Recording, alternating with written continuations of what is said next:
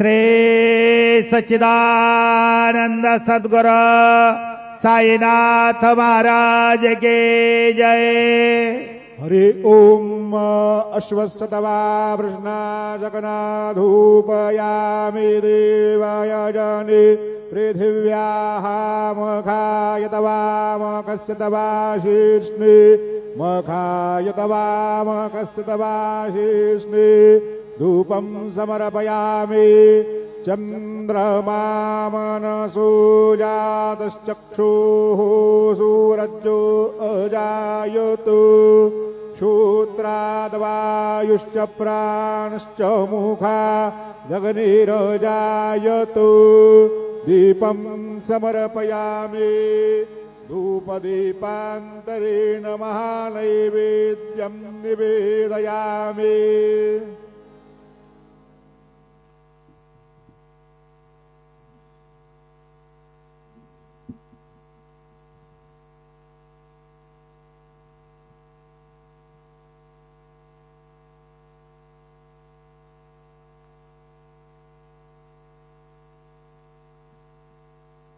ओम प्राणदा अपानदा व्यानदा वरजोदा वरिवोदाः अन्यांस्ते अस्मत् बन्धुहेदयाः पावको अस्मभ्यग्गो शिवो भुवो चतुरस्रमण्डलान् कृतवान् तदुपरि नैवेद्यपात्रान् निधाय गायत्री मन्त्रेण पात्रान् प्रोक्षयेत्।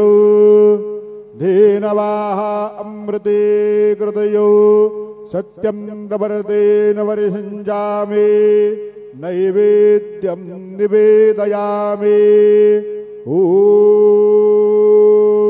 प्राणाय स्वाहा ॐ अपानाय स्वाहा ॐ व्यानाय स्वाहा ॐ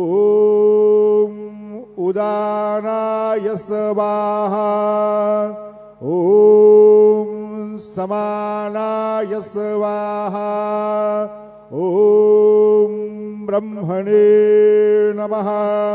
नैवेद्यमध्ये पानीयं समर्पयामि पुनर्नैवेद्यं निवेदयामि। ॐ प्राणाय स्वाहा ॐ अपानाय स्वाहा ॐ व्यानाय स्वाहा ॐ उदानाय स्वाहा ॐ समानाय स्वाहा ॐ ब्रह्मणे नमः। नैवेद्यं समर्पयामि हस्तप्रक्षालनं समर्पयामि मुखप्रक्षालनं समर्पयामि। सद्गुरु साईनाथ देवताभ्यो नमः। प्रार्थना पूर्वक नमस्कारं करोमि तथा च मंगलनीराञ्जनदीपं दर्शयामि।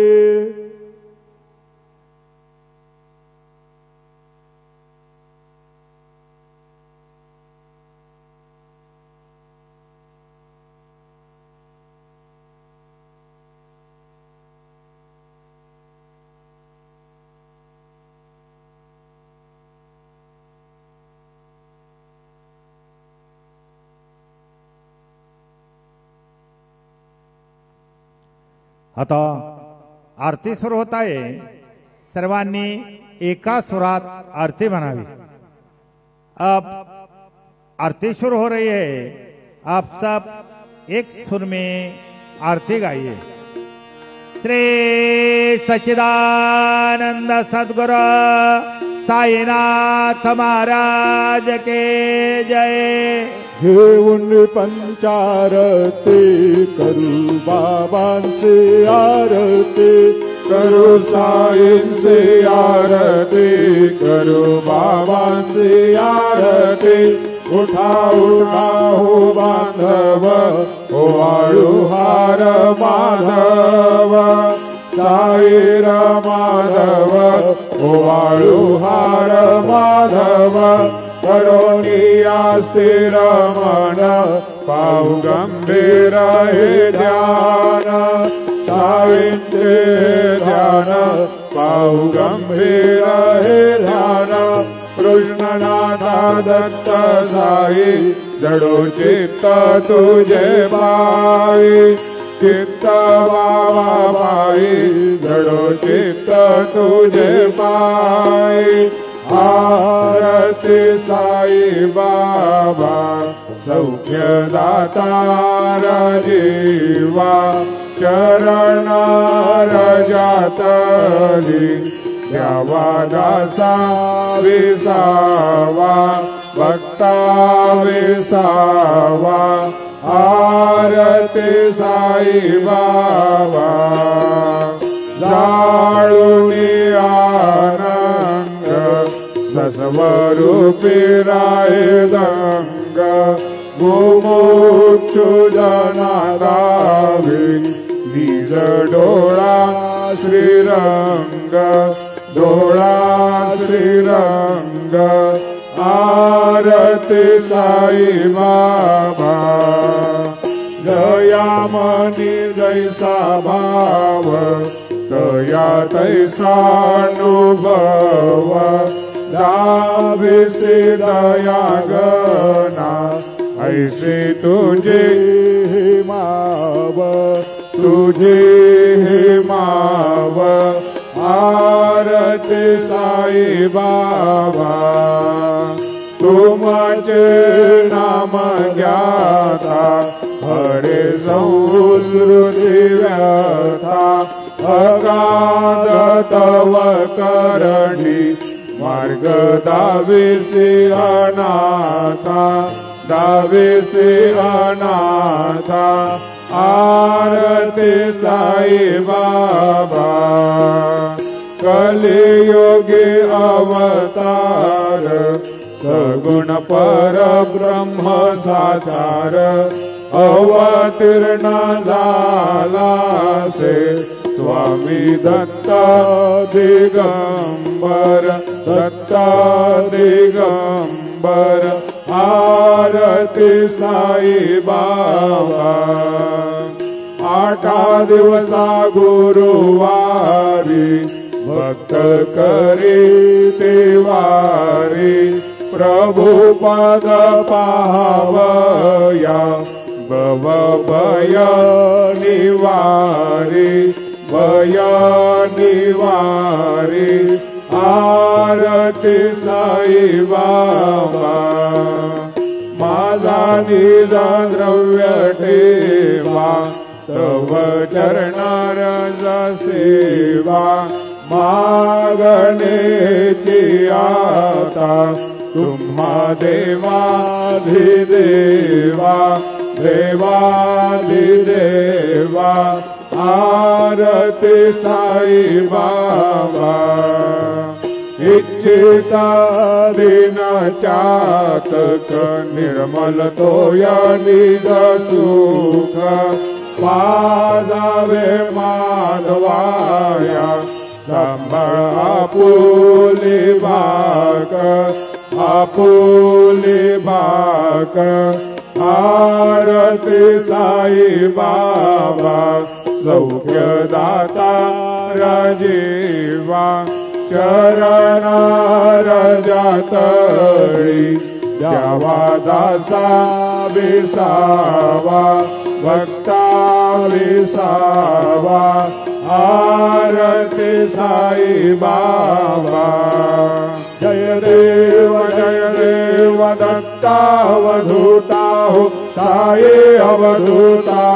जोडून करतव चरणी ठेवितो माथा, जय देव अवतरसितु येता धर्माते गाडी नास्ते कान्ना हेतुला विसनिज भजनी दाविस नाना लीला असंख्य रूपानी हरसे देनांचे तू संकट दिन रजनी जय देव दत्तावधूता हो साये अवधूता जोडून करतव चरणी देवी तो माता जय देव यवन स्वरूपी क्या दर्शन काधिधरे संशय निरसुनिया तद्वैता घालविले गोपी चंदा मंदा त्वांचे उद्धरिले गोविंद वंशे जन मुनि लोका तारियले जय देव दत्तावधूता हो साये अवधूता जोडून करतव चरणी देवी तो माता जय देव वेदन तत्वे हिंदू यवनांचा काही दावाया से झाला पुनर्देही पाहस प्रेमाने तू हिंदू यवनाही दावेस आत्मत्वाने व्यापक हा साई जय देव दत्तावधूता हो साये अवधूता जोडून करतव चरणी देवी तो माता जय देव देवा साई नाथा तत्परनत भावे परमाया मोहित जन मोचन जनी भावे कृपये सकलांचे संकट निरसावे देशल तरी दे त्वदश कृष्णाने गावे जय देव दत्तावधूता हो साये अवधूता जोडून करतव चरणी देवी तो माता जय देव शिर्डी माझे पंढरपूर साई बाबार मावर साई बाबार मावर शुद्ध भक्ति चंद्रभागा भाव पुंडलिक जागा भाव पुंडलिक जागा याहू अवघे जन करू बाबांचे वंदन साईंचे वंदन करू बाबांचे वंदन गणू म्हणे बाबा साई दाव पाव माझे आई पाव माझे आई दाव पाव माझे आई गलिंद टांगण बंदीन चरण डोळ्यान पाहिन रूप तुझे प्रेमी अलिंगीन आनंद पूजिन हवे वाळीन म्हणेन नाम त्वमेव माता पिता त्वमेव बंधु जनका त्वमेव विद्या द्रविणं त्वमेव सर्वं मम देव कायेन वाचा मनसेन्द्रियैर्वा बुद्ध्यात्मना वा प्रकृतिस्वभावात् करोमि अन्यं सरलं परस्मै नारायणाय ते समर्पयामि अच्युतं केशवं रामनारायणं कृष्णदामोदरं वासुदेवं हरि श्रीधरं माधवं गोपिकावल्लभं जानकीनायकं रामचन्द्रं हरे हरे राम राम हरे हरे हरे कृष्ण कृष्ण कृष्ण हरे हरे श्री गुरुदेवा दत्त हरि ओम जगदेरजन्मयजं तदेवा स्थानि धर्माणि प्रथमानि यासन्ना हरारं महिमान सजन्द यत्र पूर्वे साध्या सन्ति देवाः ॐ राजा प्रथय्य सायिने नमो वयं वै श्रवणाय कुर्महे समे कामान् कामकामाय मय्या कामेश्वरो वै श्रवणो ददातु कुबेराय वै श्रवणाय महाराजाय नमः। ॐ स्वस्ति साम्राज्यं यं स्वराज्यं वैराज्यं भारवेष्टमराज्यं महाराजमाधिपत्यमयं समङ्गवर्याः ईशा सार्वभौमः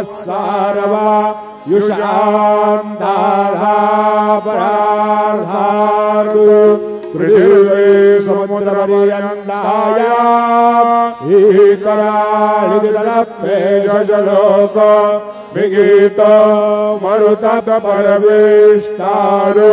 मरुतस्यार्वसंगृहे आवेशतस्य कामप्रे विजवे देवा सभासदयते श्रीनारायण वासुदेवाय सच्चिदानंद सद्गुरु साईनाथ महाराज की जय। अनंता तुलाते कसेरे स्तभावे अनंता तुलाते कसेरे नमावे अनंत मुखांचा श्री शेष दाता नमस्कार साष्टांग श्री साईनाथा स्मरावे मने नित्य भावे उरावे करे भक्ति साठे स्वभावे करावे जगाता ऋणी मायताता नमस्कार साष्टांग श्री साईनाथा वसेदो सदादा वया संत लीला विसेवाज्ञ लोका परिदो जनाला परिअंतरे ज्ञान कैवल्य दाता नमस्कार साष्टांग श्री साईनाथा बरालादलाजन महामानवाचा नरासार्थका साधुनीभूत साचा दरु साई प्रेमा गळाया अहंता नमस्कार साष्टांग श्री साईनाथा धरावे करेसा अल्पज्ञ बाला करावे अमाधन्य चिंबो निघाला मुखे गाल प्रेमे कराग्रास आता नमस्कार साष्टांग श्री साईनाथा सुराधिक ज्यांच्या पदावंदिताते सुखाधिक जाते समानत्व देते प्रयागादि तीर्थे पदे नम्र होता नमस्कार साष्टांग श्री साईनाथा तुझा जा पदा पाहता गोप बाले सदा रंगलेचे स्वरूपे मिळाले करी रास क्रीडा सवे कृष्ण नाथा नमस्कार साष्टांग श्री साईनाथा तुला मागतो मागणे एक द्यावे करा जोडितो देन अत्यंत भावे भवी मोहनी राज हातारे आता नमस्कार साष्टांग श्री साईनाथा ऐसा ये वासाई दिगंबरा अक्षय रूपावतारा सर्वव्यापक तू श्रुति सारा अनुसयात्रे कुमारा बाबा ये बा काशे स्नान जप प्रतिदिवसे कोल्हापुर भिक्षुषे निर्मल नदी तुंगा जलप्राशे निधरामाहुरदेशे ऐसा ये वा जोड़े लोंगतसे वाम करे त्रिशूलडमरो धारे भक्ता वरद सदा सुखकारे देशल मुक्ते चारे ऐसा ये वा पाये पादुका जपमाला कमंडलो मृगछाला धारण कर सेवा नागजटा मुकुट शोभतो माथा ऐसा ये वा तत्पर तुझाया ध्याने अक्षय धन्य सदनी लक्ष्य विवास करे दिन रजनी रगज संगत वारुणी ऐसा ये वा या पर ध्यान तुझे गुरु राया दृश्य करे गयनाया पूर्णानंद सुखे टीकाया लाभ से हरे गुण गाया ऐसा ये वासई दिगंबरा अक्षय रूपावतारा सर्व व्यापक तू श्रुति सारा अनुसयात्र कुमारा बाबा ये बा सदा सत्स्वरूपं चिदानन्दकन्दं जगत्सम्भवस्थान संहार हेतु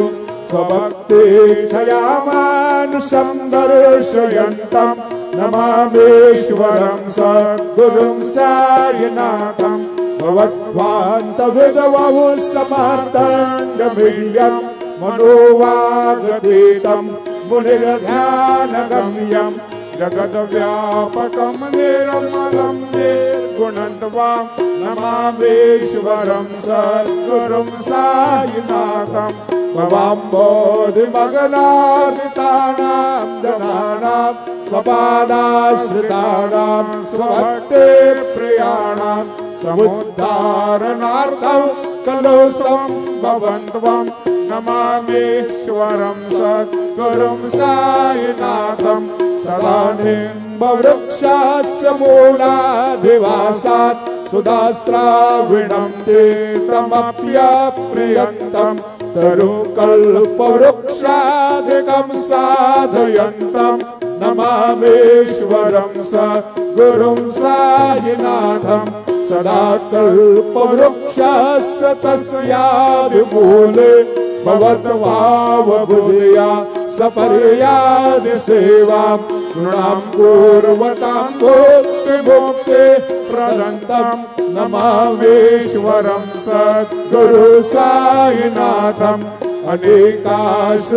अनेकाश्रुतातर्कलीला विलासे समाविष्कृतेषा नभास्वत्प्रभावम् अहं भावहीनं प्रसन्नात् प्रभावम् नमामीश्वरं सद्गुरुं सायिनाथं सदा विश्रमाराममेवाविरामं सदा सज्जनेषु स्तुतं सान्नमद्भि जनामोददं भक्तभद्रा प्रदन्तं नमामीश्वरं सद्गुरुं सायिनाथम् अजन्माद्यमेकं परब्रह्म साक्षात् स्वयं सम्भवमराममेवावतीर्णं भवद्दर्शनात् सम्पुनीतां प्रभोऽहं नमामीश्वरं सद्गुरुं सायिनाथम् श्री साईश कृपानिधेऽखिलनृणां सर्वार्थ सिद्धप्रदा युष्मत्पादरजं प्रभावमतुलं दाता विवक्ता क्षमः सद्भक्त्या शरणं कृताञ्जलिपुण सम्प्राप्तोऽस्मि प्रभो श्रीमत्साय परेशपादकमलात् नान्यच्छरणीयं मम साई रूपधर राघवोत्तमं भक्तकामविबुधं द्रुमं प्रभु माययोपहत चित्तशुद्धये चिन्तयाम्यमहर्निशं मुदा शरत्सुधांशुं प्रतिमं प्रकाशो कृपातपात्रं तव सायिनाथ त्वदेव पादाभ्यसमाश्रितानां स्वच्छाययातापमपाकरोतु उपासनादेवत सायिनाथ स्तवयेर्मयोर्मा समिना सुतत्वं रमेन्मनो मे तव पादयुगमे भृङ्गो यताब्जे मकरन्दलुब्धः अनेकजन्मार्जितपापसंशयो भवेत् भवत्पादसरोजदर्शनात् क्षमस्व सर्वान् अपराधपुण्यकान् प्रसेद साई सद्गुरु दयानिधे श्री साईनाथ चरणामृत पूर्ण चित्ता तत्पाद सेवनरता सददंज भक्त्या संसार जनियदृतो भवनेर्गतास्ते कैवल्यधाम परमं समवाप्नुवन्ति स्तोत्रमेतत्पठे भक्त्या यो नरस्तं मनः सदा सद्गुरु साईनाथस्य कृपापात्रं भवेत् ध्रुवम् करचरणकृतं वा कायजं कर्मजं वा श्रवणनयनजं वा मानसं वापराधं विहितमवेदं वा सर्वमेतत्क्षमस्व जय जय करुणाब्धे श्री प्रभु साईनाथ श्री सच्चिदानंद सद्गुरु साईनाथ महाराज की जय।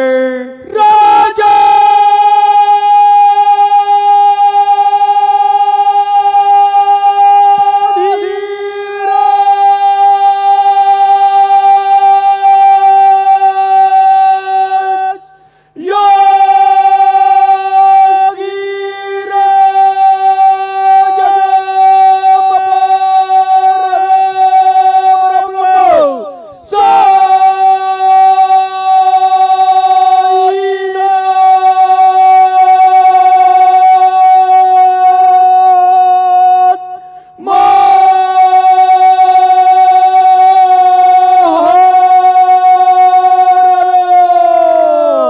श्री सच्चिदानंद सद्गुरु साईनाथ महाराज की जय।